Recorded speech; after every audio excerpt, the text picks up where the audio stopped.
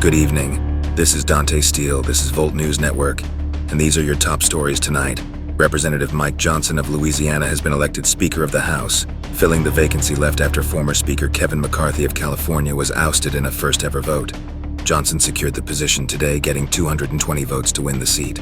As the new Speaker, he will now have to address pressing issues like averting a government shutdown before funding expires on November 17th and leading the decisions on potentially passing additional aid for Israel and Ukraine. In his first act as Speaker, Johnson brought a resolution to the House floor in support of Israel, which passed with strong bipartisan support. While Johnson will have to work with Democrats who control the Senate, conservatives have signaled a willingness to give him more time to accomplish his goals compared to the pressure faced by former Speaker McCarthy. Ford and the United Auto Workers Union have apparently reached a tentative agreement that would end the historic 6-week-long nationwide strike.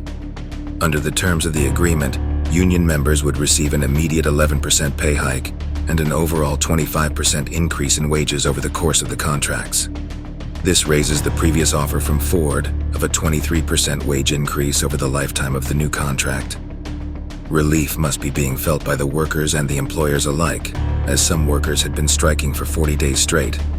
The union staged unprecedented coordinated strikes against all three Detroit automakers simultaneously, in their words, for equal share of profits.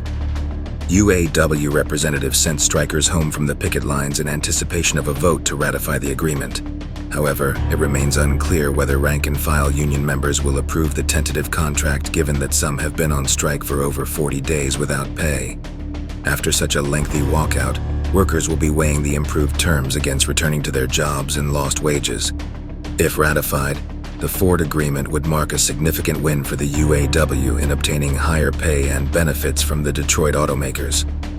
President Biden is hosting a state dinner at the White House tonight to welcome Australian Prime Minister Anthony Albanese.